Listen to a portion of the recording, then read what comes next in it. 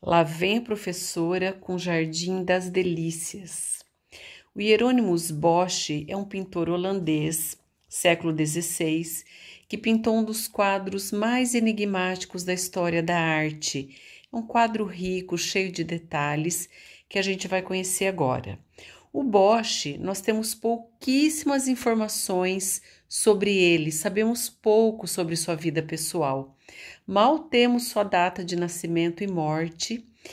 A cidade que ele nasceu, Hertogenbosch, não existe mais, mas ele nasceu na Holanda. E o que nós temos de informação sobre ele são derivados de documentos, de recibos, de trabalhos que ele realizou, cartas, poucas coisas da sua vida pessoal. Sabemos que ele fazia parte de uma guilda, que era uma associação de pintores, e nada mais. Então, tudo que a gente sabe dele deriva dos seus trabalhos, deriva das suas pinturas. Portanto, existem muitas interpretações, existem muitos olhares diferenciados sobre a obra do Bosch. O Jardim das Delícias é esse tríptico, tem esse nome porque ele se compõe de 3 partes, como a gente está vendo aí. Esse quadro, ele está no Museu do Prado, ele fica lá em Madrid, e é um óleo sobre madeira, é um quadro que tem uma dimensão bem grande, ele tem mais de 2 metros por 3,80 e poucos metros, e foi pintado em 1504. Então, como a gente está vendo aí, se compõe de 3 partes e ele é cheio de elementos, é quase uma poluição. Os personagens pipocam diante dos nossos olhos e cada parte desse quadro daria um outro quadro. Ele realmente é muito rico em detalhes. Aqui, para vocês terem uma noção das dimensões, do tamanho dessa obra, né? Tem uma pessoa ali observando, né, na sala do Museu do Prado. Então, para vocês terem essa noção. A gente sabe que o Jardim das Delícias chegou na Espanha porque foi resultado dos saques do Duque de Alba. Ele foi pintado originalmente pela Casa de Orange, por pessoas ligadas à realeza, e o Duque de Alba que leva então esse quadro para a Espanha. E o último dono desse quadro foi o Felipe II, que foi o rei da Espanha, que inclusive, quando estava moribundo, às portas da morte, pediu para que o Jardim das Delícias fosse levado até seu quarto, e ele morre contemplando o Jardim das Delícias, porque ele era totalmente aficionado por essa imagem. Então, como se trata de um tríptico, como que ele é visto? Esse quadro, primeiramente, a gente consegue fechar as laterais dele sobre a parte do meio. Então, ele fechado, vai aparecer uma pintura que o Bosch realizou, uma pintura monocromática, que é relativa ao 3º dia da criação de Deus. Então, o Bosch foi lá no Gênesis, e no 3º dia, Deus separou as águas da terra. Então, o Bosch representa a orbe, o globo terrestre, de uma maneira monocromática, envolto numa cúpula de cristal para mostrar a fragilidade dessa criação que ainda é incipiente, ela está iniciando. Lá em cima, no canto esquerdo, parece uma manchinha, mas na verdade o Bosch pinta Deus, observando a sua criação. Aqui a gente tem a imagem ampliada. O Bosch faz Deus de uma forma bem arquetípica, bem tradicional, aquele homem velho, de barba, todo onipotente. Deus segura um livro aberto e aponta para os céus. Ele aponta um dedo aí que para nós fica um pouco indecoroso, né? Mas naquela época acho que não tinha nada demais mostrar o dedo do meio. Mas Deus aponta para o alto, então, para que a gente, lembrando que a gente tem que voltar o nosso coração, o nosso espírito para as coisas do alto. Prestem bem atenção nessa imagem de Deus. Deus é pintado velho, barbudo, sábio, respeitoso. Vocês vão entender por que eu estou chamando atenção para esse detalhe mais para frente um pouquinho. Muito bem, a proposta é de que a gente leia essa imagem. O próprio Bosch, ele indica a leitura do Jardim das Delícias quando ele coloca um ser híbrido. É uma mistura de peixe com pato e homem. Isso é muito comum nas obras do Bosch, principalmente no Jardim das Delícias. Seres estranhos, híbridos, mistura de animal com gente. É muito rico, é muito fantasioso, é muito onírica a obra do Bosch. Então, ele indica esse ser que está lendo.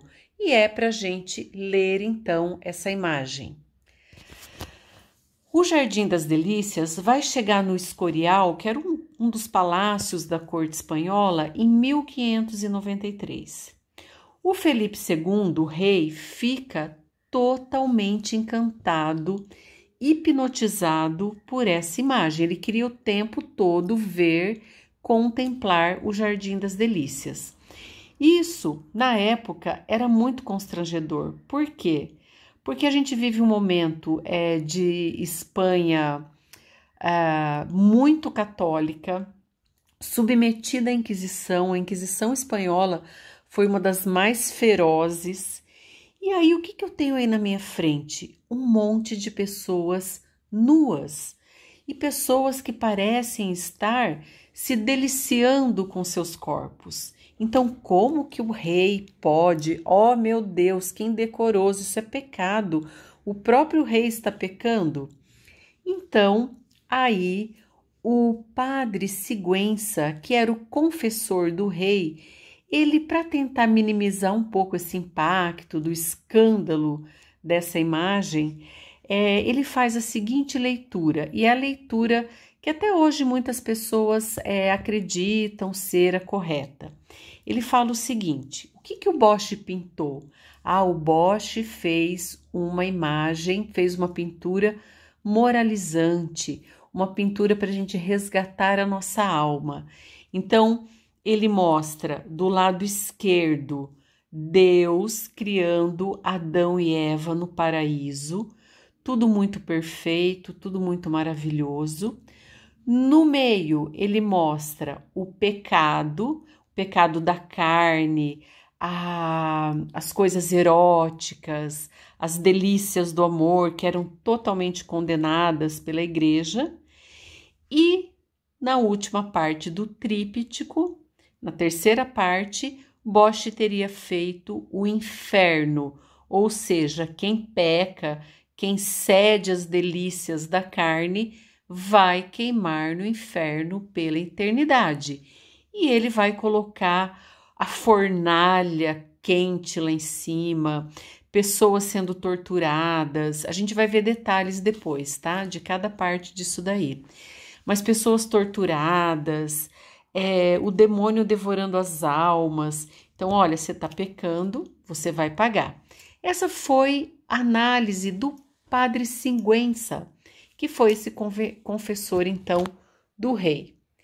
Mas existe outras análises diferentes dessa, que são baseadas nas próprias contradições que vão aparecer no Jardim das Delícias. Aqui, só para a gente conhecer um pouquinho, então, essa parte do inferno, aqui tem uma imagem ampliada, né? Do lado direito, o Bosch faz o demônio em forma de pássaro. Esse demônio devora as almas e defeca as almas num buraco. Um buraco onde tem gente defecando, vomitando. Do lado em cima a gente vê uma pessoa torturada, demônios aqui abraçando a moça. Enfim, as imagens do inferno são realmente aterradoras. Mas a gente sabe que o Bosch, supõe-se pelo menos, que ele fazia parte de uma seita herética, de uma seita que não era aprovada pela Igreja Católica. Essa seita se chamava os Irmãos do Livre Espírito, ou Adamitas. E os Adamitas tinham uma visão diferente da Igreja Católica. Portanto, eles tinham que fazer seus ritos escondidos, né? E eram também perseguidos pela Igreja. O que os Adamitas acreditavam? O que os Irmãos do Livre Espírito acreditavam? Que o Apocalipse estava próximo, que o mundo ia acabar rápido, logo, e que o inferno era aqui, que essa vida que nós temos agora é o inferno. Então, na leitura proposta por outros historiadores que interpretaram diferente do padre confessor, eles dizem que a gente não tem que ler da esquerda para a direita, como o padre fez, mas nós temos que ler da direita para a esquerda. Então, no primeiro momento, a gente teria que olhar o inferno, que não é esse inferno que as almas vão depois que morrerem, mas que é o mundo aqui e agora, é a vida que nós temos, é uma vida infernal, uma vida de pecado.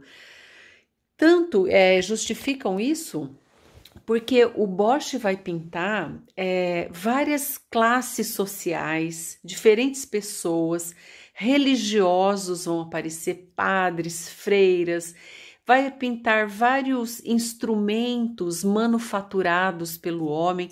Tudo que a gente tem na sociedade, ele insere nessa imagem infernal.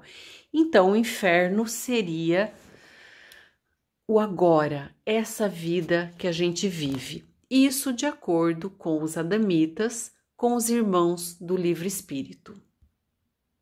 Aqui uma imagem, né, de uma moça tendo seu rosto refletido pelo espelho, então está sendo punida por causa da sua vaidade. Veja como os seres são monstruosos, você não sabe muito bem se é uma perna misturada com árvore, nessa parte verde, onde está o espelho. Um demônio que abraça essa mulher que parece estar grávida.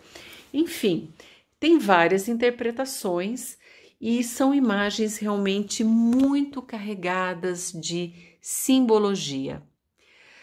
No meio do tríptico, dessa parte do tríptico que é relativa ao inferno, o Bosch vai pintar duas orelhas transpassadas por uma flecha com uma faca no meio. Isso é interpretado como um símbolo fálico. Fálico é relativo ao falo, ao pênis. Então, lembra uma forma de pênis, né? E o pênis relativo ao sexo e o sexo como pecado, tá? No meio também ele vai colocar o que a gente chama de homem-ovo, que é uma imagem super estranha, né, gente? É um homem-ovo mesmo. As pernas são troncos de árvore, tem uma cabeça que olha para trás, vários seres, demônios, enfim, é muito rico em detalhes. Como eu disse, cada parte daria um quadro separadamente. Existe uma teoria de que o Bosch teria se autorretratado no rosto desse homem. Existe um historiador que diz que esse rosto seria o rosto do próprio Hieronymus Bosch. Aqui, o Hans Belting, que é esse historiador, escreveu um livro chamado Livro sobre a Pintura, onde ele coloca um rosto, um retrato de um homem da época que a gente não tem certeza se é o Bosch, mas que realmente é muito parecido com a imagem que tem no inferno do Jardim das Delícias. Então, ele meio que justifica como sendo um autorretrato do Bosch. E tem uma outra parte que vai aparecer um rosto, que também dizem que é um autorretrato dele. Aqui então é uma tortura, né, que ocorre no inferno, as pessoas atormentadas, tampando os ouvidos, um demônio ali soprando, fazendo barulho, esse homem sendo sodomizado por uma flauta, enfim, um tormento, o inferno, né? Não é um local nada agradável. E aqui outras imagens, né, relativas à sodomia. Aqui, como eu disse, uma porca vestida de freira. Gente, isso no século XVI era uma imagem que poucos poderiam ver, né? A igreja realmente condenava qualquer tipo de crítica a ela, mas o Bosch vai colocando então seres estranhos. Ali parece que tem um elmo com pernas, enfim, cada parte é um detalhe muito, muito rico. Uma das partes do inferno, gente, tem uma coisa muito interessante. Eu vou deixar o link para vocês ouvirem depois. Tem uma música, música do inferno. Então o Bosch pinta aí essa cena de um homem sendo esmagado por um instrumento musical. E uma estudante de música norte-americana, ela conseguiu fazer a pauta musical, ela conseguiu ler essa música que o Bosch transcreveu aí nas nádegas dessa pessoa. E ela toca a música. Eu vou deixar o link para vocês ouvirem, porque agora eu não vou conseguir colocar. É muito interessante a música do inferno. Então, é uma imagem muito rica. Até música a gente encontra lá. Muito bem. A parte do meio, lembre-se que a gente está vindo da direita para a esquerda. A parte do meio, que o padre Sigüenza fala que é a parte do pecado, por isso que as pessoas teriam sido condenadas, para os irmãos do livre espírito tem outra conotação. Qual é a mentalidade, qual o raciocínio desses homens? O que essa seita prega? Eles dizem que para a gente se salvar, a gente tem que ser o mais parecido possível com Adão e Eva, porque Adão e Eva eram puros, viviam no paraíso. E quando viviam no paraíso, eles andavam nus, sem nenhuma vergonha, sem nenhum pudor. Que a roupa é símbolo do pecado, que Adão e Eva só passaram a usar roupas a partir do momento que pecaram. Então, os adamitas, ou irmãos do livre espírito, eles criam aí o nudismo. Eles falam que quando você está nu, você tira as roupas, você tira o maior símbolo do pecado e aí você se aproxima de Deus. E esses homens acreditavam que por meio de rituais, de práticas sexuais, você conseguiria elevar o seu espírito. Então, cada parte aí do Jardim das Delícias vai ter um grupo de pessoas, casais, muita gente numa atitude sensual, erótica, e sem medo de ser feliz, todo mundo muito tranquilo em relação a isso, porque os adamitas acreditavam que você levaria o seu espírito a um estado de pureza por meio da nudez e por meio de rituais sexuais. Pessoal bem avançadinho, né, gente? Olha que a gente está no século XVI. E o quadro é belíssimo. Existem muitas outras interpretações, tá, gente? Tem imagens aqui que vão lembrar um óvulo de uma mulher, uma trompa uterina. Tem imagens que lembram tubos de ensaio de laboratórios. Enfim, cada olhar diferente, dependendo do conteúdo e conhecimento que a pessoa tem, a pessoa consegue enxergar uma coisa diferente aqui no Jardim das Delícias. Essa fonte lá no fundo, ela é muito futurista, é muito bonita realmente a imagem, realmente muito rica em detalhes. Olha lá que eu falei para vocês. As pessoas ali em posições sexuais, né, nadando, se abraçando, virando de ponta cabeça, enfim. E essa fonte, a gente não consegue entender se é uma flor, uma fonte. É muito diferente. É uma imagem de sonho, onírica, futurista, diferente mesmo. Ninguém consegue explicar assim qual foi a fonte de inspiração do Bosch, como ele conseguiu conceber esse tipo de imagem que precedeu o surrealismo, que é uma vanguarda do século XX.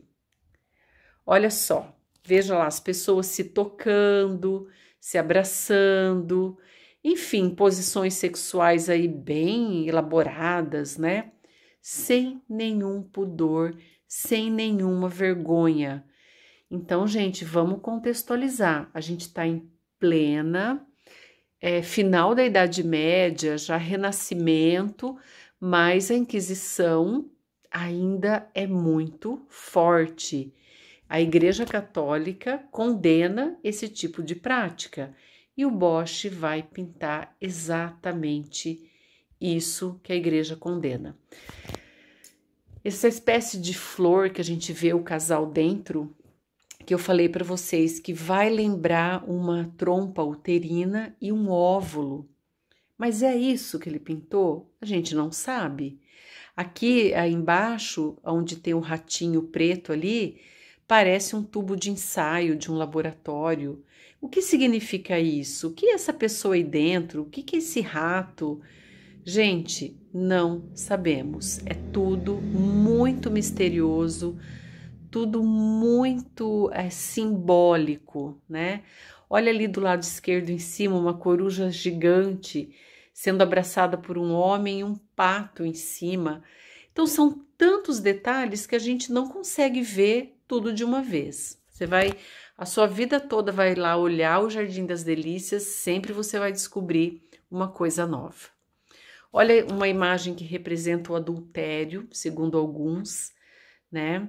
O homem que é traído sabe que é traído, carrega sua vergonha e a mulher tá ali dentro com seu amante, né?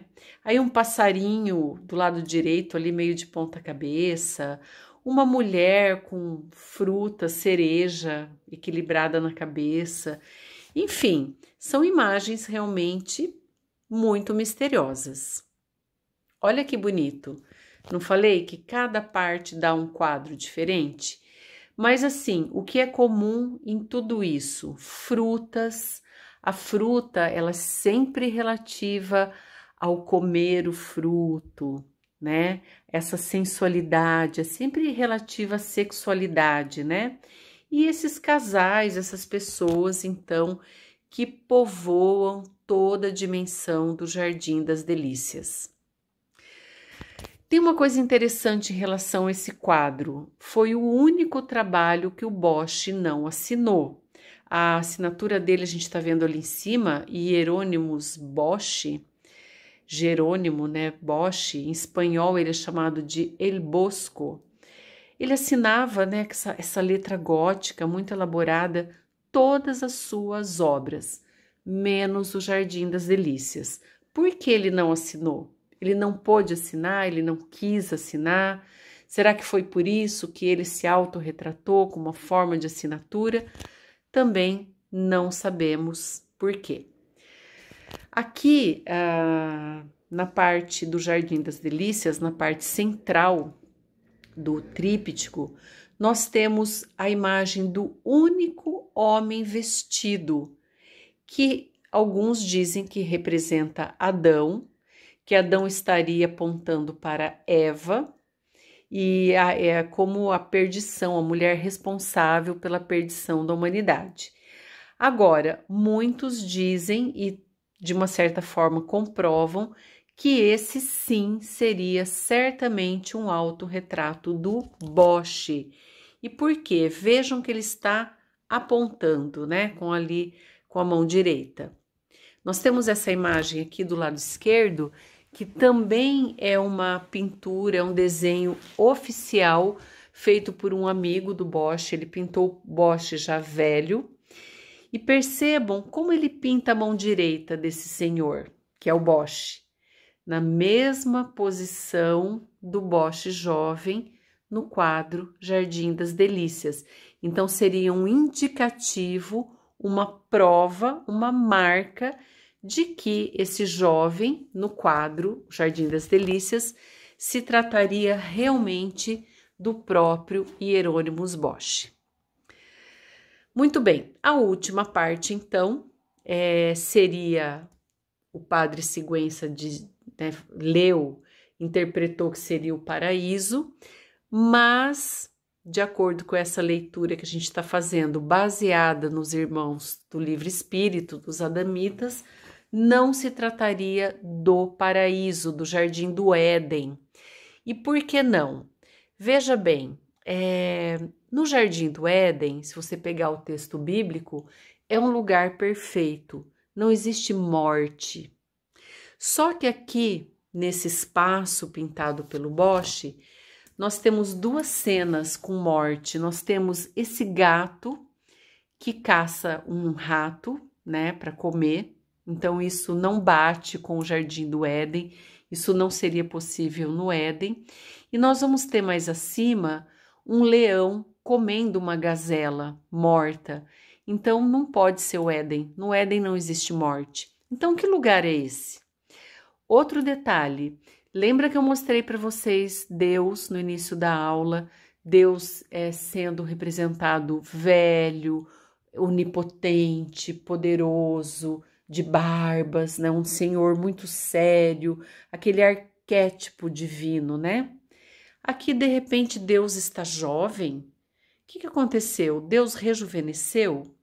Então, vejam, de acordo com essa leitura que eu estou fazendo para vocês, não se tratariam de Deus, se trataria do próprio Jesus Cristo, Filho de Deus, por isso que ele está aí tão jovem. Então, o que os adamitas acreditavam? Que o mundo ia acabar, ia haver um apocalipse, que eles seriam salvos e começariam uma nova humanidade, tá? Tutelada por Jesus Cristo, que seria o Senhor, e eles estariam submetidos a Jesus, vivendo então num paraíso. E por que teria o gato comendo o ratinho, o leão comendo a gazela? Seriam resquícios desse mundo que acabou, que era um mundo pervertido, cheio de pecado, que é aquele primeira parte lá do inferno.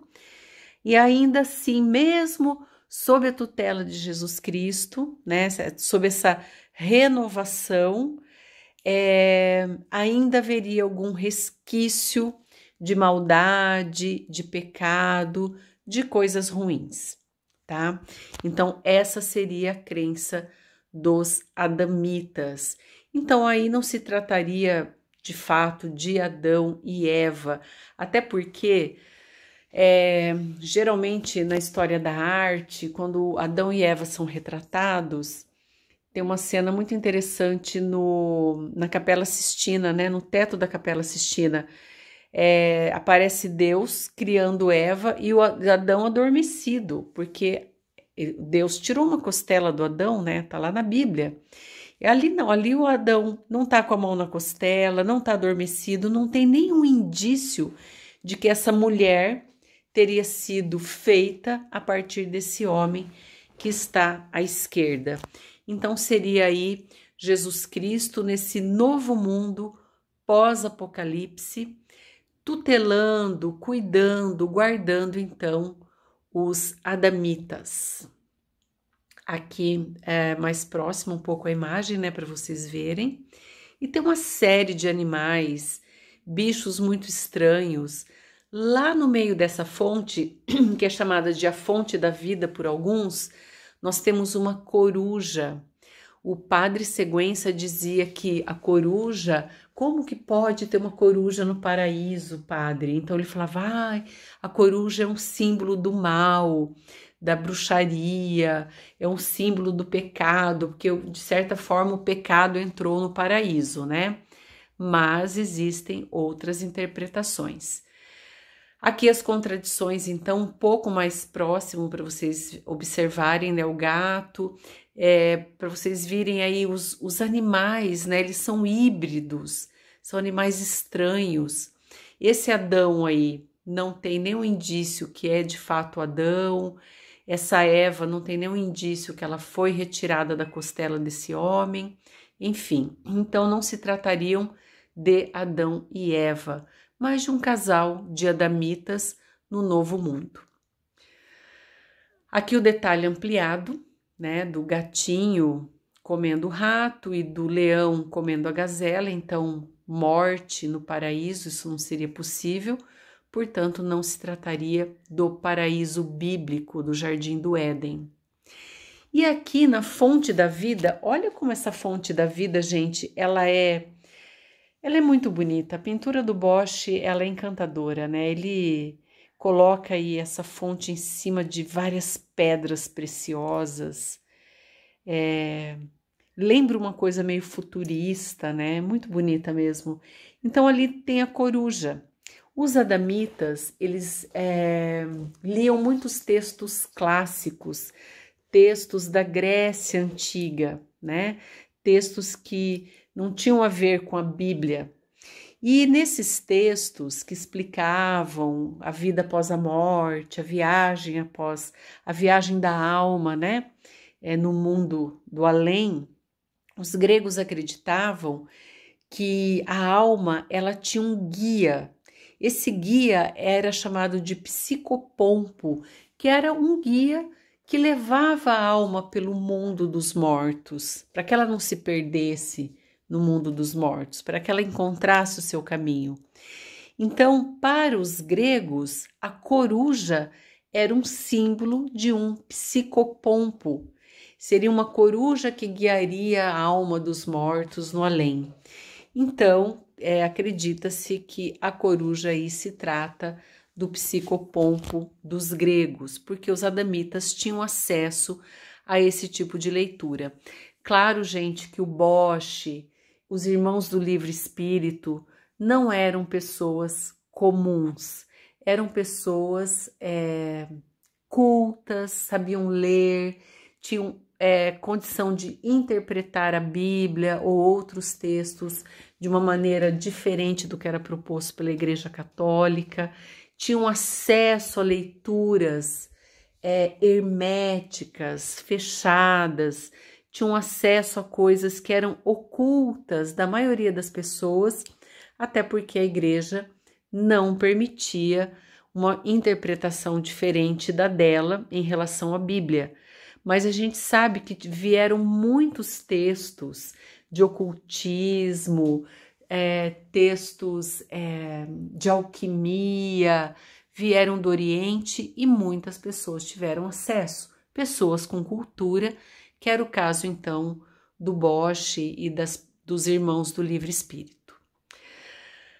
Muita gente que vai no Museu do Prado, e eu indico a visita, gente, você ficar parado em frente do Jardim das Delícias é uma experiência assim, inenarrável, você fica louco porque você não sabe para onde que você olha, é lindo demais, tá? E muitas pessoas têm, quando estão lá vendo o quadro, elas têm a sensação de que são observadas e de que o quadro está vivo, de que o quadro tem movimento. Mas por que que isso acontece? Porque o Bosch, ele pinta escondido, né? É uma imagem que ela fica entre aspas, nas entrelinhas da imagem, né? Ele pinta ali no meio o olho de Deus que tudo vê. E mesmo aqui no chão, onde ali as pessoas estão em círculo e no meio tem mais um círculo azul, é a imagem de uma retina. Então você tem a sensação de que está sendo olhado realmente, porque o olho tá lá, mas você não enxerga o olho certinho, né? Ele fica subentendido na imagem, ele está escondido na imagem. Você tem que ter olhos para ver esse olho, tá certo? Mas ele tá lá. Outros mistérios, né, gente, em relação ao Jardim das Delícias. Não sei se vocês sabem, mas o símbolo da cidade de Madrid é um urso subindo numa árvore que lá eles chamam de madronho. Esse símbolo, ele existe, ele representa Madri, o urso subindo no madronho, desde mais ou menos o século XIII, tá? E o que representa esse símbolo? O urso e a árvore, eles teriam uma oposição simbólica. O urso representaria o mundo secular, o mundo aqui das nossas leis, o mundo material, né? E a árvore representaria a igreja, o mundo religioso, aquele que tem raízes, aquele que você pode se agarrar e ter segurança, aquele que dá frutos, né? Então, olha, se apegue à igreja. Então, o urso seríamos nós e a árvore seria a igreja. Esse é o símbolo de Madri. Você vai lá nas praças, você encontra muito isso por lá. E veja, o Jardim das Delícias está em Madri, mas ele não é espanhol. O Bosch, como eu disse, é um pintor holandês. Teve um grande percurso até o Jardim das Delícias chegar na Espanha. Então, é estranho que o Bosch tenha pintado o símbolo de Madri, né? Num quadro que estava muito longe de Madri, que não tinha nada a ver com Madri na época em que ele foi produzido. Outra coisa também que chama atenção em relação à Espanha, essa árvore que está aí no que seria a terceira parte do tríptico, né? Logo atrás ali do Adão, é uma árvore chamada drago canário. É uma árvore natural das Ilhas Canárias, aonde os espanhóis chegaram por volta do século XV. O quadro foi pintado no século XVI. Só que os espanhóis chegaram e o que eles viram nessas ilhas, gente, era difícil informação. Ninguém sabia direito o que tinha lá. Chegavam algumas cartas. E veja, o Bosch representou uma árvore que tem a ver com a Espanha, né? Fielmente, uma árvore muito exótica que nem sonhava em existir na Holanda, o drago canário. E assim, ele representa muito fielmente. Como ele teve acesso a essa informação? Quem falou para ele? Por que ele colocou essa árvore aí? Também é um grande mistério. E esse é um mistério que eu particularmente acho muito misterioso. Muitas pessoas que admiram o Jardim das Delícias, por exemplo, Jim Morrison, que foi um cantor que morreu muito jovem, aos 27 anos, da banda The Doors, uma banda de rock, ele foi para Madrid só para ver o Jardim das Delícias. Dizem que ele ficou mais de 2 horas parado, olhando para o Jardim das Delícias. Ele devia estar muito louco, né? Porque o Jim Morrison, vocês sabem que ele, enfim, morreu de overdose, usava uns ácidos para abrir as portas da percepção. Inclusive, ele morreu uns 30 dias depois dessa visita. Outro artista ficcionado pelo Jardim das Delícias é o Salvador Dalí. O Salvador Dalí, ele encontrou sua própria imagem no quadro do Jardim das Delícias. Ali, na parte onde tem Jesus, o homem e a mulher, do lado direito da Eva, do lado do laguinho, tem uma espécie de montanha. E é exatamente esse perfil, né? É uma montanha com um monte de bichos estranhos rodeando, subindo nela. Mas o Salvador Dalí identificou o seu perfil no Jardim das Delícias. Então, o nariz, os olhos, o bigode, que é uma característica do Salvador, né? Aquele bigode enroladinho para cima, dá a impressão que o Bosch pintou o Salvador Dalí. Mas como assim? 500 anos antes do Dalí nascer? Não sei, óbvio que é uma coincidência, né, gente? Mas o Dalí não achava que era coincidência, não. Ele pirou, ficou muito, assim, louco, querendo saber como que o Bosch tinha pintado a imagem dele no Jardim das Delícias, 500 anos antes dele nascer. Mistério, coincidência, jamais saberemos, tá certo? Então, aqui a imagem ampliada, a imagem inteira, para vocês observarem essa, entre aspas, cabeça do Salvador Dalí à direita ali na imagem, do lado da fonte da vida. Imaginem o espanto do Salvador Dalí, né? Mas certamente eu acho que foi uma coincidência mesmo, né? Não tem como antecipar uma coisa dessa. Gente, esse quadro ele é muito rico em simbologias, tem outras interpretações e vale a pena explorá-lo porque ele é cheio de mistérios. Pessoal, eu espero que vocês tenham gostado. Um abraço, que lá vai a professora.